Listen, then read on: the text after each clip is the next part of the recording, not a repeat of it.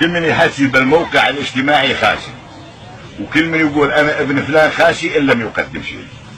ما عندنا بدون تقديم ما ينشأ الحال.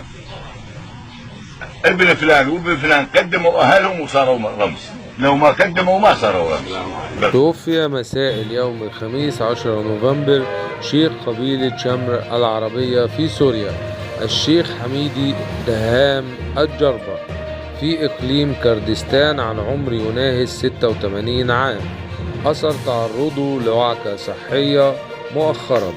وقال مقربون من عائلة الشيخ أن الشيخ حميدي كان في زيارة إلى بلجيكا مؤخرا بغرض العلاج، وتوفي بعد وصوله قبل أيام إلى إقليم كردستان العراق.